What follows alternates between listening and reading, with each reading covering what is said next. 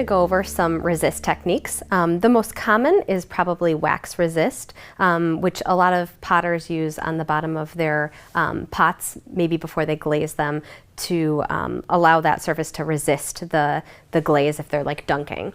But it's also really great for surface decoration. So I have an example here of Andy Shaw's older work, and he uses wax resist techniques to get these patterns on his pieces.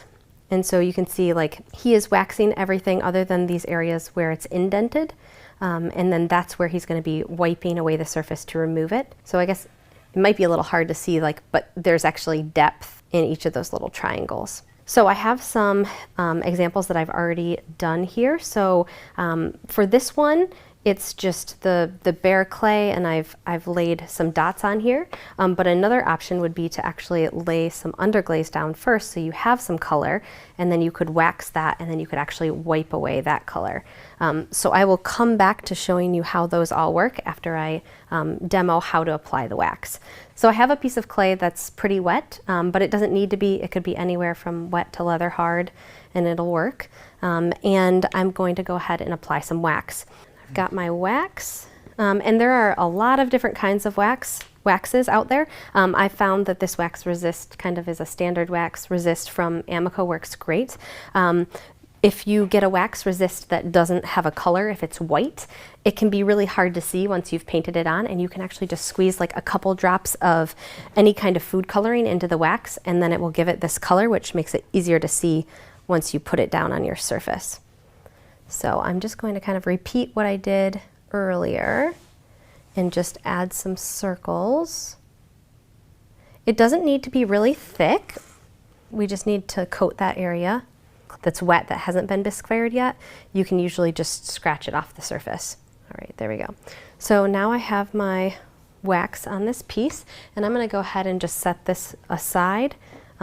You know, if you're actually doing this in like a class period, I would say it's probably best to do your wax design and actually leave that aside to dry for the next class period.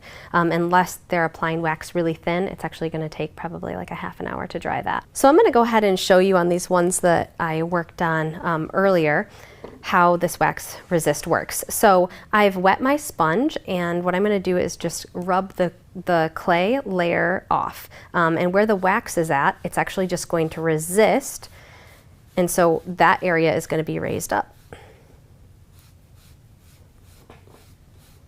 So this tile is already pretty dry. It's bone dry actually. So I do need to be careful because at this point it's really fragile.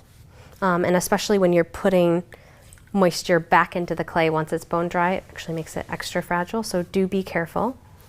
And I'm gonna actually take a layer off in this direction. So I've gone the whole way across. No, I think I'm gonna go ahead and switch directions. Before you use this process on a large scale, make sure you just test your wax to make sure it works and is appropriate for the technique that you're using it for. There are lots of different kinds of waxes and different ways to apply it. Some might not hold up to such like aggressive kind of rubbing as others. It's subtle, and I need to keep working on this, but like if I feel this, I can feel that this is now raised up a decent amount. So I'm gonna keep working on it, especially like over here.